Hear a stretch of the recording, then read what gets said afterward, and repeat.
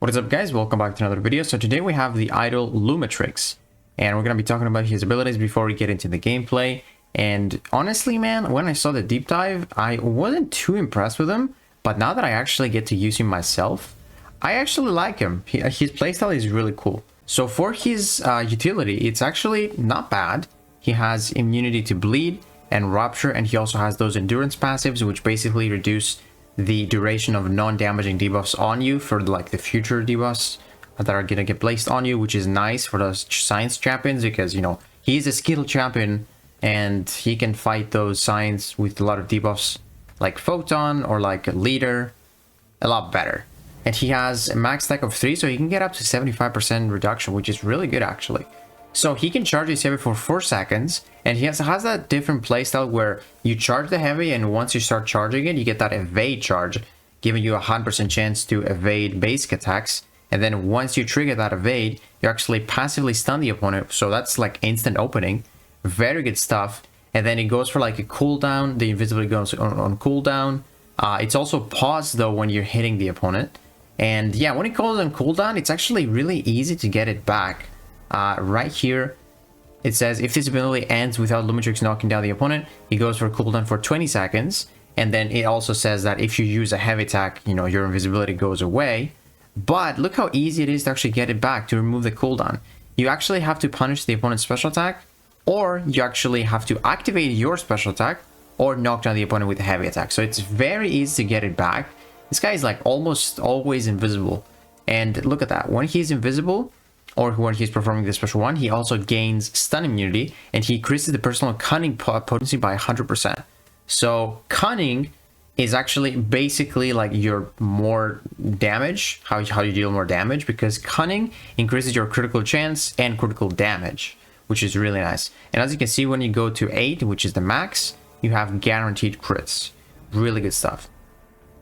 And how you gain those cunning, basically you gain 1 whenever Lumatrix has 1 or more full bars of power. So, you know, he has those 3 bars of power, the corrupted power like Isofine. So let's say you have 3 bars of power and you use a special one.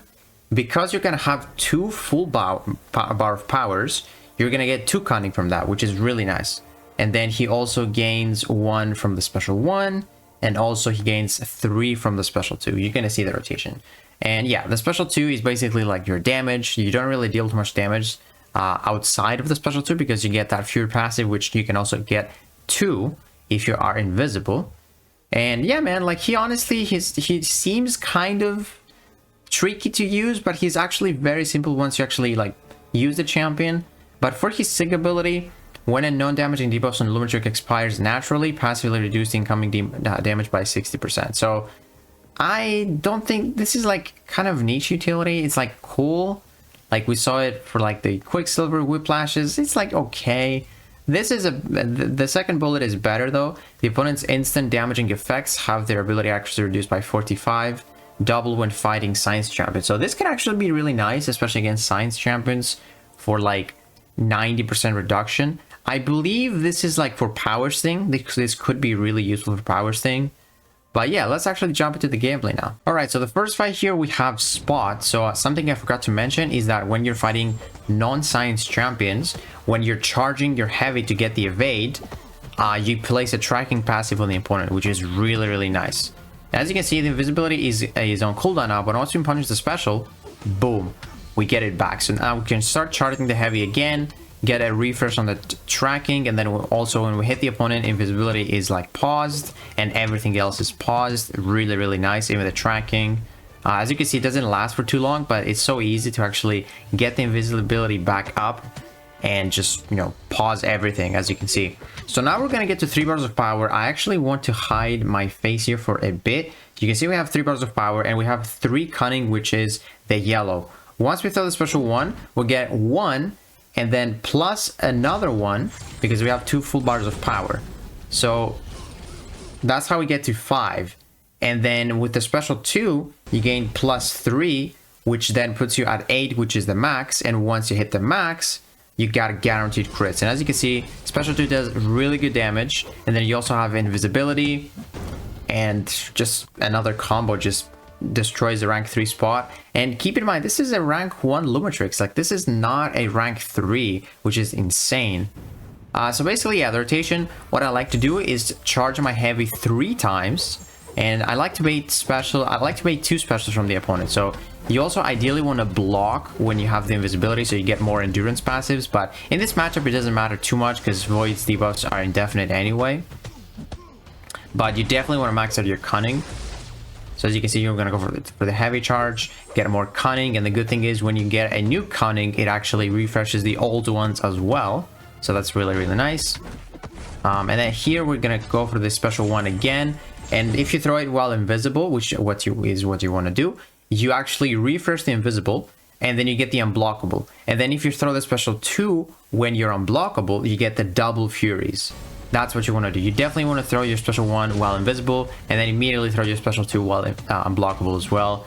And as you can see, really good damage right there. Guaranteed crits. That's a 7th rank 1, by the way. And that Void actually has like quite a bit of HP too as a rank 3. So yeah, I do like this guy. I do like this guy. You know, easy relic to put on him. It's like, you know, clearly Black Panther with the guaranteed crits. And this is actually a matchup that's interesting because he's actually not good for Photon, but he's not bad for Photon either, because Photon doesn't allow you to miss. Because she doesn't miss from the mediums, and when she's in pure life form, in nothing. So it's kind of hard to get the endurance, but if you can get them up, you know, you can reduce the duration of debuffs by a lot. But as you can see, it's definitely a slower ramp here. Like, we have to wait the pure life form because it's just going to take a lot of damage. So might as well just wait. We're going to start charging the heavy here before we lose the cunning, and unfortunately we did lose it. I wanted to like refresh, but it's okay. So now we're going to go for the relic, and I believe we're going to go for the social 1 here. Maybe not yet. Maybe I want to bait this special 2. Let's see. But as you can see, even 1 endurance is actually reducing the debuff duration by 25%, which is not bad. And here we're going to throw the special 1. We have 4 cunning, and let's see here.